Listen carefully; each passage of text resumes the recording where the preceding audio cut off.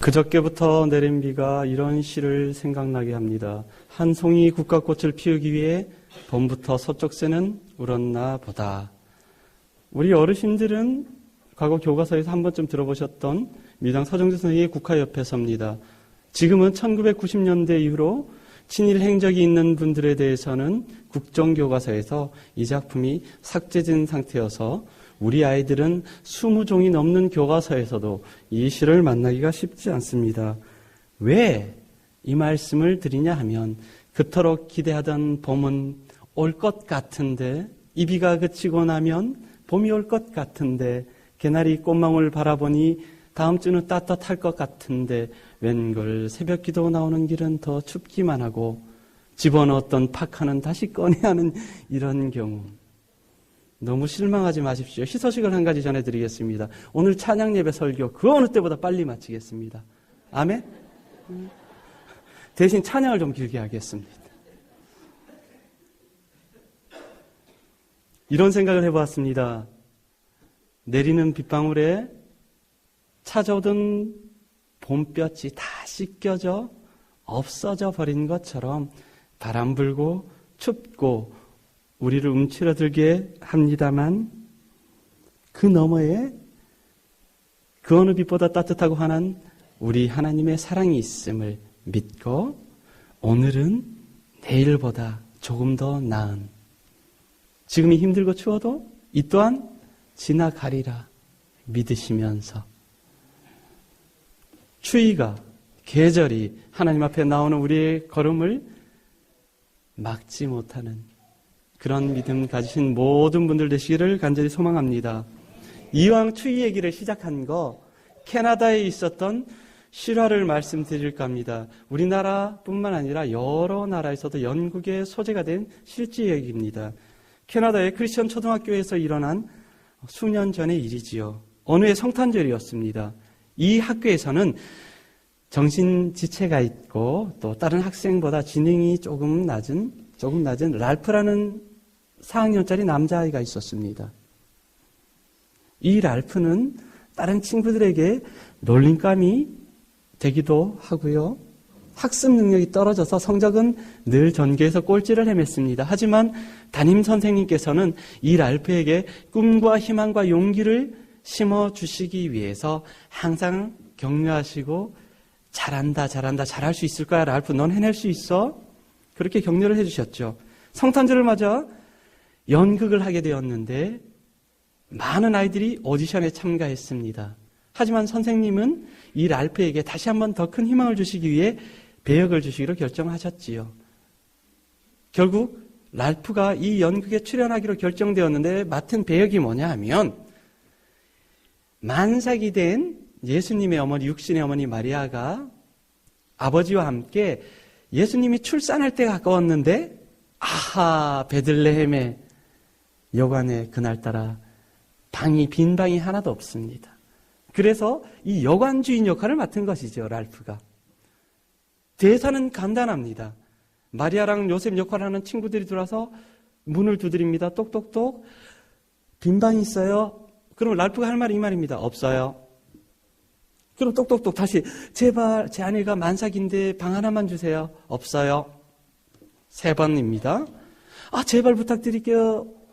주인 어른 제발 빈 방 하나 주세요. 없어요. 이게 랄프의 대사입니다. 그 아이의 충분한 역할입니다. 이렇게 3번을 하기로 약속을 하고 랄프는 피가 나도록 이 대사를 연습했습니다. 없어요. 3번째. 꼭 3번 약속이 중요합니다. 그래서 마침 최종 리허설까지 마치고 성탄 전야에 드디어 랄프가 무대에 올랐습니다. 맞은편에서 요셉과 마리아 역할을 한 친구들이 다가오고 랄프는 문을 두드리면 없어요만 3번 하면 되는 것이지요.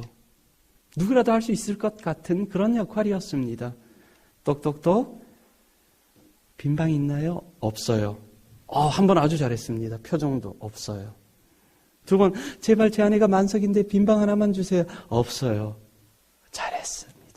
마지막 한 번만 하면 랄프는 성공적으로 연극 무대에 데뷔할 수 있었습니다. 이어코 요셉 역할을 맡은 친구가 똑똑똑, 제발 제 안에 금방 아이가 나올 것 같아요. 제발 빈방 하나만 주세요. 이때 랄프는 흔들려 버렸지요. 그리고 없어요가 아니라 이렇게 말했습니다. 그럼 제 방으로 오세요. 그럼 제 방으로 오세요. 사랑하는 성도 여러분, 우리 주님 이 세상 가운데 머물 곳이 어디겠습니까? 바로 거룩하신 하나님의 전 여러분의 마음속인 줄 믿습니다. 늘 말씀드립니다. 두세 사람이 내 이름으로 모인 곳에 나도 그들 중에 있다신 하나님이 우리와 함께 하십니다. 지금 이 시간 하나님께서 여러분의 예배를 기쁘게 받고 계신다는 사실이지요. 오늘은 안경이라는 제목으로 성도라는 이름으로 예수 그리스도를 통해 구원받은 우리들이 과연 이 세상을 어떤 눈으로, 어떤 관점으로, 그리고 성도와 성도의 관계에서 어떻게 서로를 권면하고 대해야 할지를 한번 생각해 볼까 합니다. 사순절이 지났습니다. 그리고 부활하신 예수 그리스도께서 이 땅에서 40일간 제자들과 동행하시면서 참으로 제자들을 더욱 제자되게 하신 그 기간입니다. 그 귀한 시간에, 그 감사한 시간에 우리의 나아갈 바를 다시 한번 생각해 보는 것 또한 의미가 있지 않나 생각합니다. 결론부터 말씀드리겠습니다. 제가 말씀드리는 안경은 이 타락한 세상의 기준이 아니라 오직 하나님의 말씀, 성경을 이야기하는 것입니다. 복음에 비추어 본다는 이야기지요. 성경 말씀에 비추어 이웃을 대하고 직장 생활을 하고 성도의 교제를 나누고 서로 섬김을 하고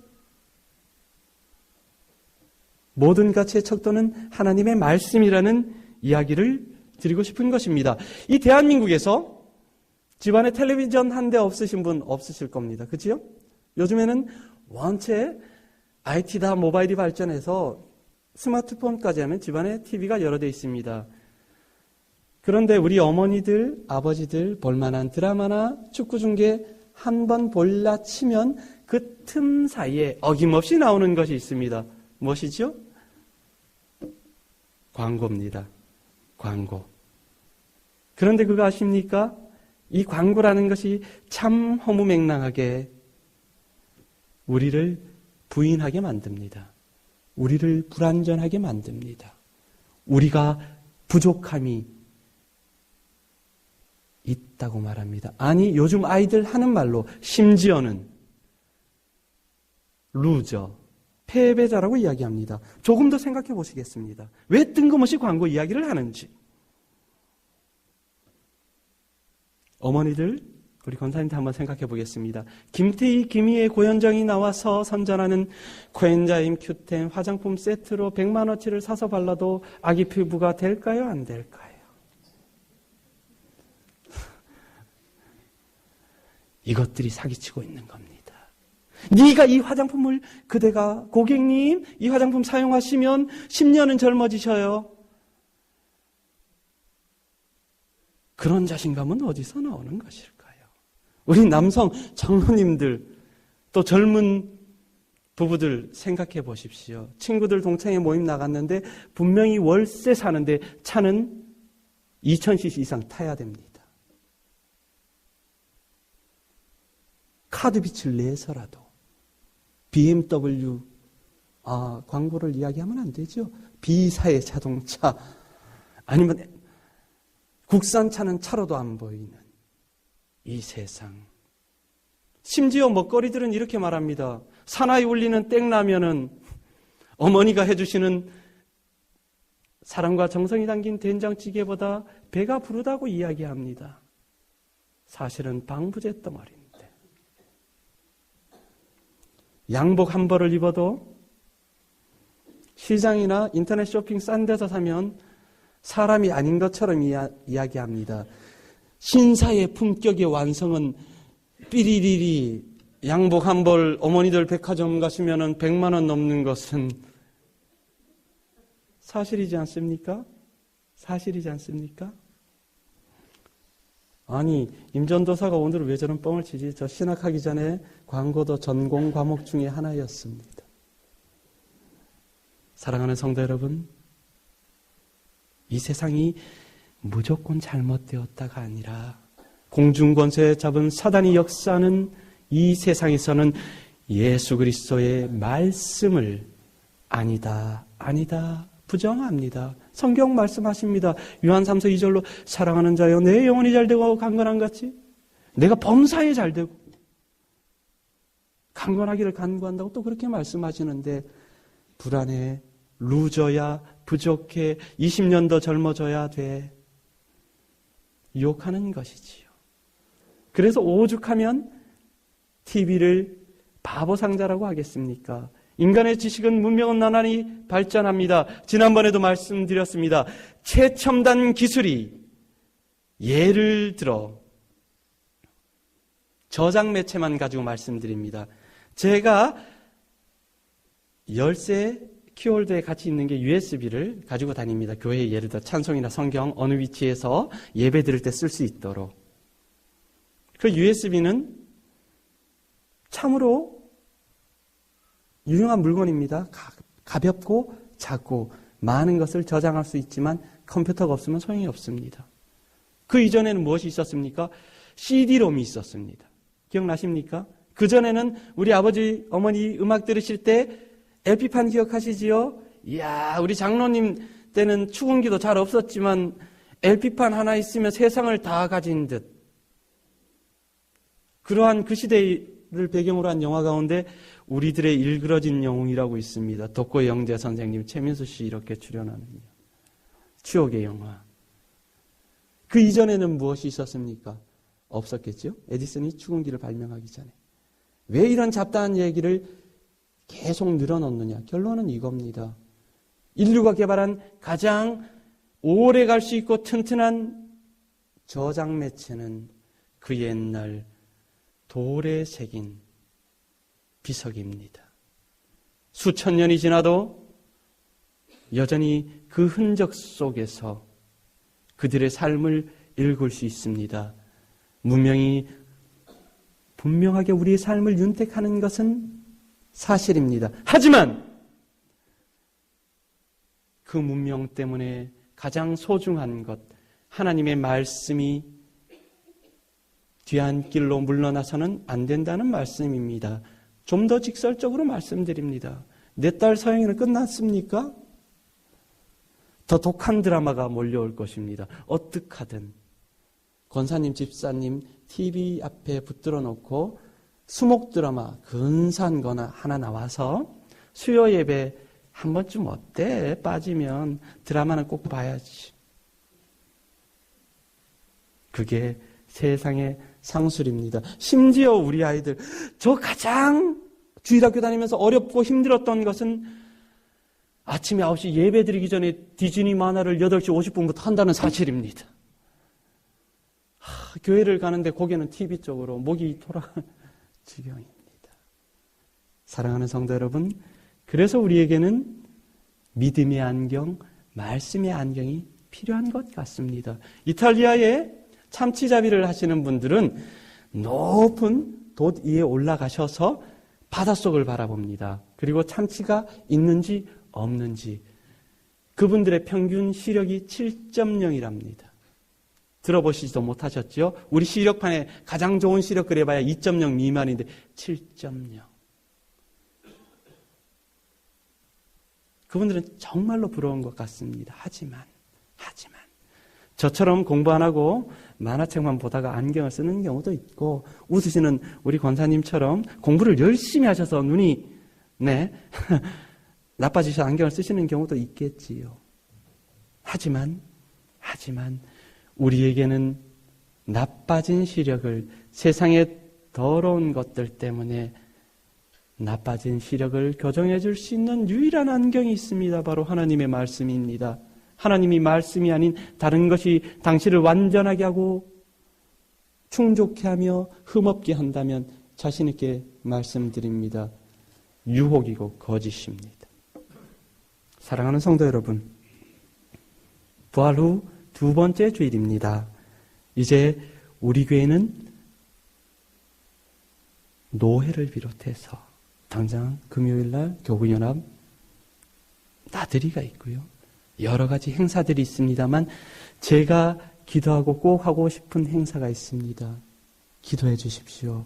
당진교회 청년들이 50명 출석하면 어르신들 가을에 단풍놀이 보내드리고 충분히 보내드립니다. 그게 저의 소망입니다. 청년이 100명이 되면 어르신들 3박 4일 제주도 보내드릴 수 있습니다. 교회 예산 10원짜리 하나 없어도. 제가 말씀드리는 안경은 이것입니다. 태주의 천지를 창조하신 하나님께서 시내산에서 말씀의 언약의 두 돌판을 주셨을 때 첫 번째부터 네 번째 계명 다음으로 주신 제5계명에 내 부모를 공경하라 그랬습니다. 그리하면 이 땅에서 내 생명의 길리를 하셨습니다. 이것이 안경이고 이게 말씀이 아닙니까? 아무리 자식이 많이 배우고 똑똑하고 가진 게 많아도 될 수 없는 유일한 한 가지, 부모는 될 수 없는 것 아니겠습니까? 하지만 이 세상의 가치들은 여전히 하나님께 나오는 길이 어리석어 보인다고 그렇게 유혹할 수도 있습니다. 하지만 사랑하고 존경하는 성도 여러분, 우리의 가야 할 길은 하나가 아니겠습니까?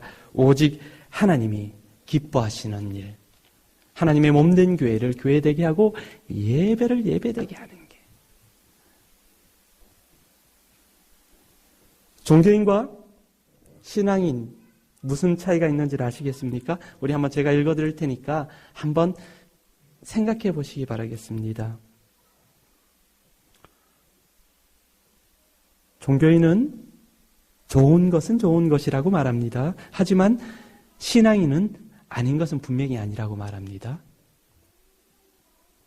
종교인은 선행을 강조하지만 신앙인은 복음을 강조합니다. 종교인은 다른 것에도 구원과 평화가 있다고 이야기하지만 신앙인은 오직 예수님만이 구원의 길이라고 말합니다.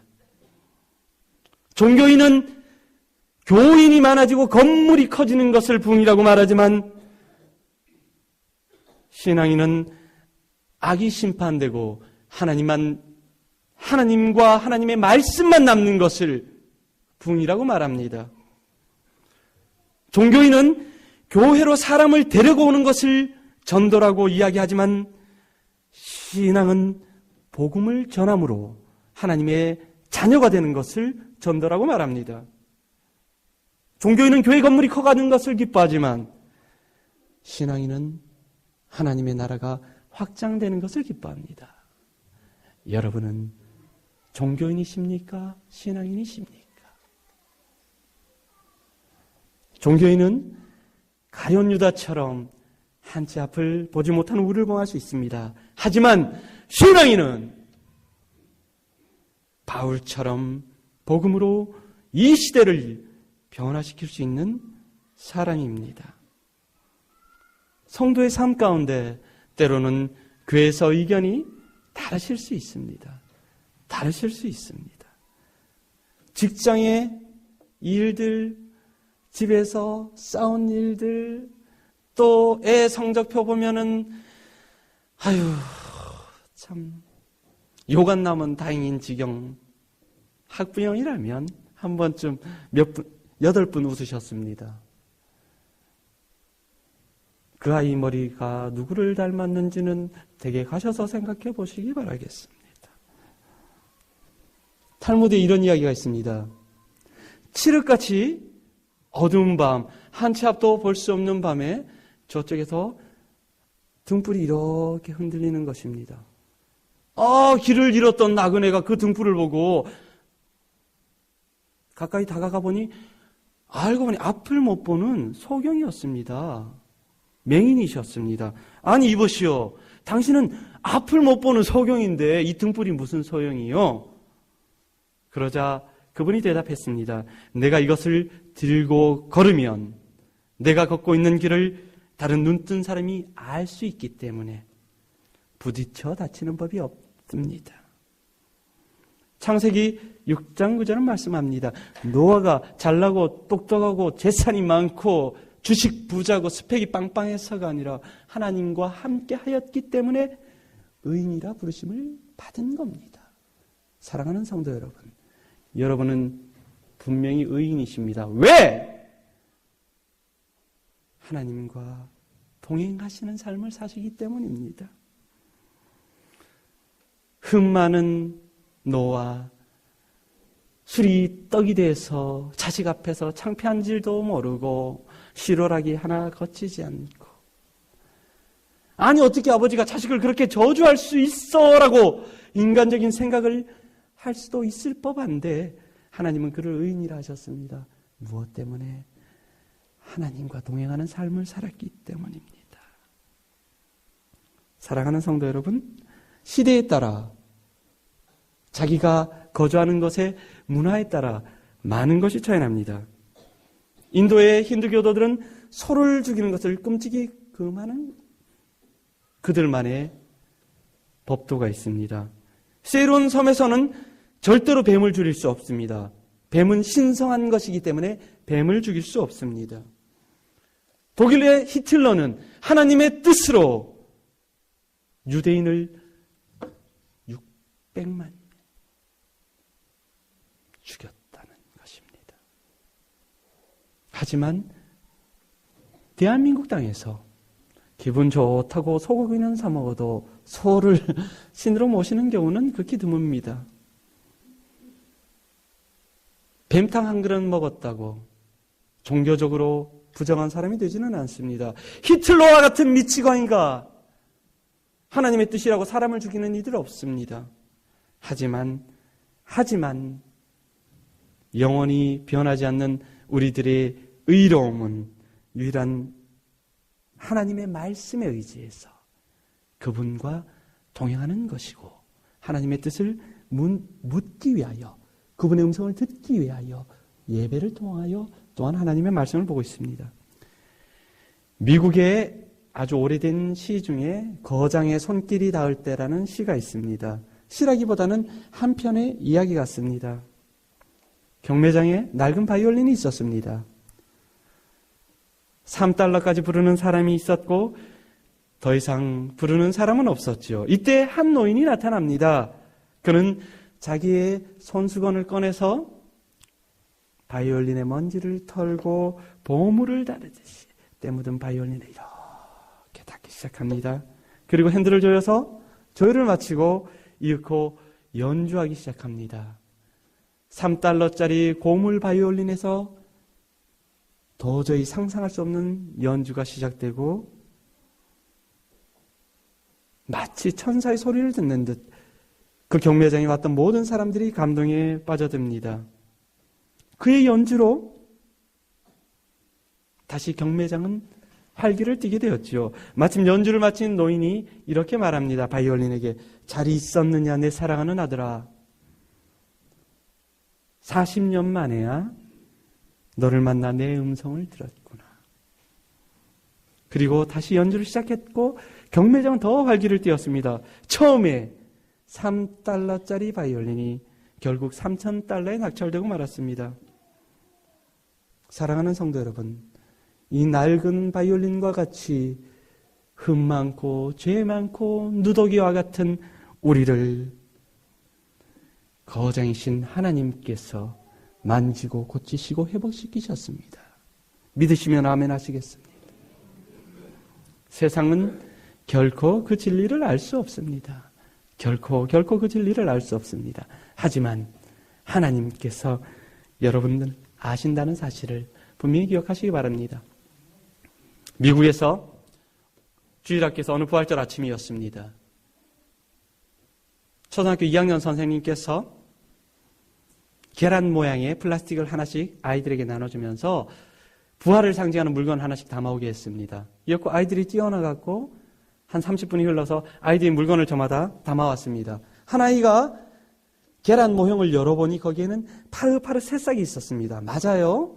파릇파릇 돋는 새싹은 생명을 상징하고 예수 그리스도의 부활을 의미한다고 하겠지요. 잘했어요. 또 다른 친구가 열어보니 갓 핀 꽃이 있어요. 활짝 핀 꽃, 생명을 상징하는 것, 부활을 상징하는 것. 그렇다고 또 박수를 받았습니다. 하지만 남자아이 중에 하나가 조금 모질라는 아이가 있었어요. 이 아이 역시 이름은 필립이었는데 다른 친구들이 다 그렇게 부활을 상징하는 물건을 하나씩 내보였는데 필립은 머뭇거리고 있었습니다. 선생님이 말씀하십니다. 괜찮아 필립? 어서 열어봐. 괜찮아? 열어봐. 친구들이 비웃기 시작하면 필립은 아무것도 가지고 오지 않았을 거예요. 쟤는 바보니까. 이윽고 필립이 계란 모형을 열었습니다. 아니나 다를까 그 속은 비어 있었습니다. 모두들 박장대소하고 뒤로 넘어갔습니다. 그러자 선생님께서 물었습니다. 아니 필립, 왜 계란 속이 비어 있니? 그러자 필립이 이렇게 말합니다. 예수님의 무덤은 비어 있잖아요.